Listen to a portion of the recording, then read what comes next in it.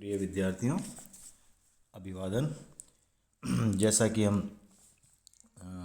पढ़ रहे थे पादप कार्यकी में जल अवशोषण, और हमने उस विषय में काफ़ी कुछ कर लिया है। बस जो जल अवशोषण के सिद्धांत और प्रकार हैं, आज उनके विषय में हम चर्चा करेंगे। तो जो जल अवशोषण है पादपों में, वह अभी यहाँ तक स्पष्ट है कि जड़ों के द्वारा होता है। जड़ों में भी मूलरोम के द्वारा होता है।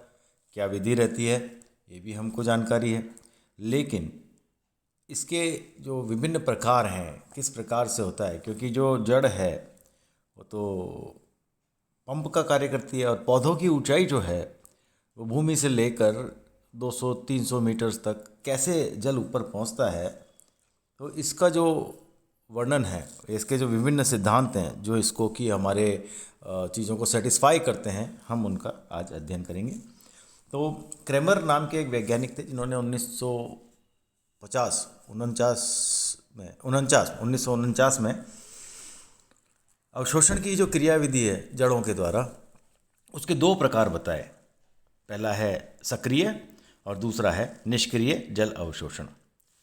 जैसा कि आप सब जानते हैं, सक्रिय का मतलब यानी कि जिसमें कि ऊर्जा का उपयोग हो, जिसमें कि पादप को अपनी जो ऊर्जा है उसका उपयोग करना पड़े, यानी कि उसके जो कारक हैं वो मूल में ही उपस्थित हैं। मूल के कारकों के द्वारा, मूल के कारकों के कारण से यह अवशोषण हो रहा है।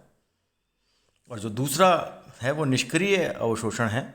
इसमें जो बाह्य कारक हैं, वातावरणीय कारक हैं, वे जो है वो जल अवशोषण को प्रेरित करते हैं, जल अवशोषण का कारक बनते हैं।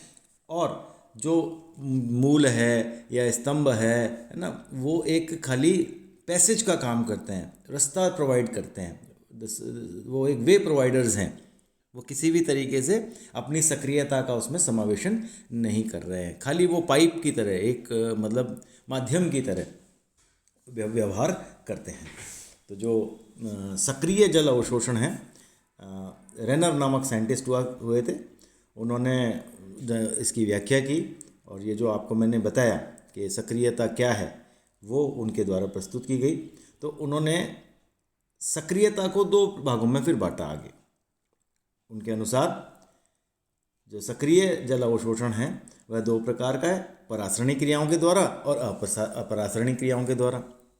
ठीक है, परासरण हमने शुरू में पढ़ा है, जब हमने फिजियोलॉजी पढ़नी चालू की थी।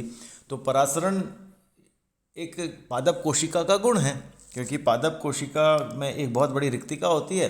तो एक जलीय माध्यम अंदर बना हुआ रहता है, और कोशिका भित्ति और झिल्ली के बाहर एक माध्यम दूसरा बना रहता है, जो अंतर कोशिकीय स्थान भी हो सकता है और अंतर कणिकीय स्थान मृदा में भी हो सकता है। तो माध्यम जो है जल का, वो दो जगह मेंटेन रहता है। तो क्योंकि इन माध्यमों में जब सांद्रता में परिवर्तन होता है, तो जल अपनी उच्च सांद्रता से निम्न सांद्रता की ओर स्वतः ही प्रवेश करता है, गति करता है। तो ऐसी गति जो ऑस्मोटिक मैकेनिज्म से होती है, परासरण के कारण होती है, इसको हम ऑस्मोटिक मूवमेंट कहते हैं। और ऐसा जो कि नॉन ऑस्मोटिक है या अपरासरणीय है, जिसमें कि अपरासरण नहीं है तब भी, मतलब परासरण का रास्ता नहीं है, परासरण की क्रिया नहीं हो रही, कोशिकीय माध्यम नहीं, लेकिन फिर भी जल का अवशोषण हो रहा है या जल की गति हो रही है, तो ऐसे हमने उनको कहा